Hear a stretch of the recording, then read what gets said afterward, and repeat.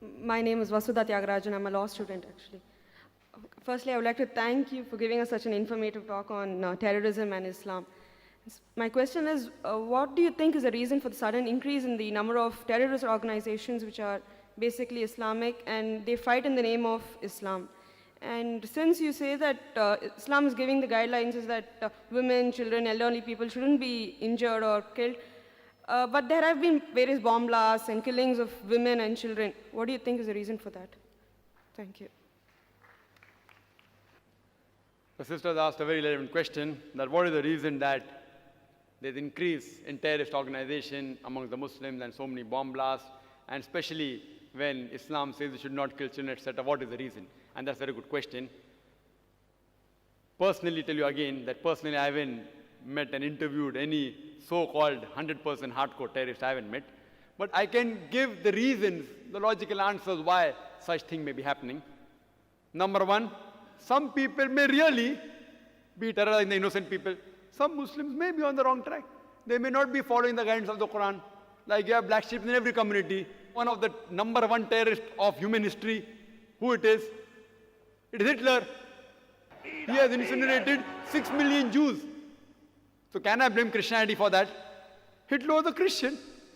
So I can't say because Hitler incinerated 6 million Jews, therefore Christianity says that you have to. He alone, if you add up all the terrorist organizations put together, I doubt whether they'll reach 6 million. One individual alone. Again, Mussolini.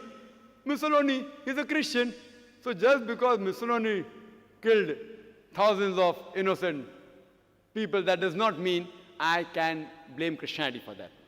So there may be certain black sheep in the community, black sheep, maybe calling themselves Muslims, and maybe in the wrong, maybe. Point number two. It can be that there are people who are harassed.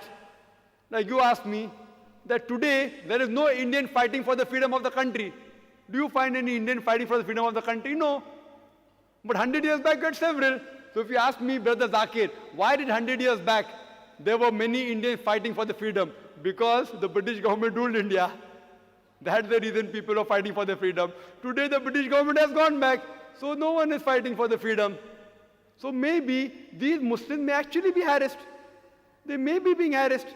And you find this in several parts of the world, in Palestine, etc., that you find that maybe if you go to the history, if you go back to the history and you find that they have really been harassed, and if no one is coming out to help them, they are resorting to whatever means they have. Like the example which is given in the Bible, David and Goliath. The stone was sufficient. So who's to blame? We are to blame. We are to blame that we aren't going to the root cause of the problem. If there's a terrorist organization, we have to go and really find out what is the reason that they have resorted to terrorism. The only way we can solve this problem. Just by killing them, these terrorists, it will not solve the problem. If you kill one, there will be 10 emerging. What we have to do, we have to go and find out what is the reason. Why are you resorting to this method? We have to go back to the root cause. It is like giving the example of Palestine. When Hitler incinerated 6 million Jews, the Jews were kicked out from Germany. And the Palestinians, they said, Ahlan wa sahlan, you are our cousins, come and join us. It is like I tell a stranger that if you have a problem, come and stay in my house. After a few years, he kicks me out of the house. And when I start making a noise outside my house, that see, these people have entered my house, so you call me a terrorist. Am I a terrorist? I have welcomed a person as a stranger, just as a human brother. I got him to the house. After a few months, he kicks me out, and when I say that I want my house back, you say that I'm a terrorist. Who's to blame? We are to blame. We are to blame. We have to find out that what is the cause of the problem.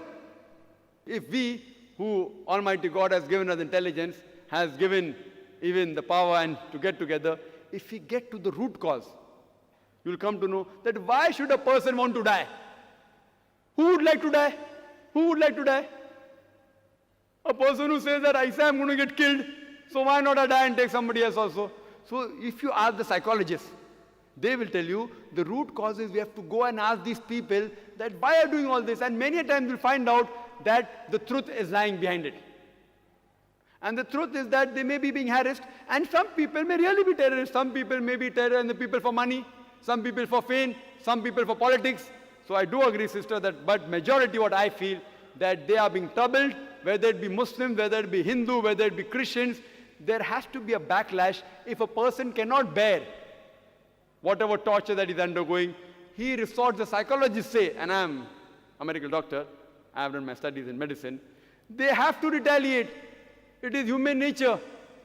So why should a person who would not like to raise a finger would like to carry a gun in the hand? Why? So what we have to do, we have to find the root cause and try and solve this problem.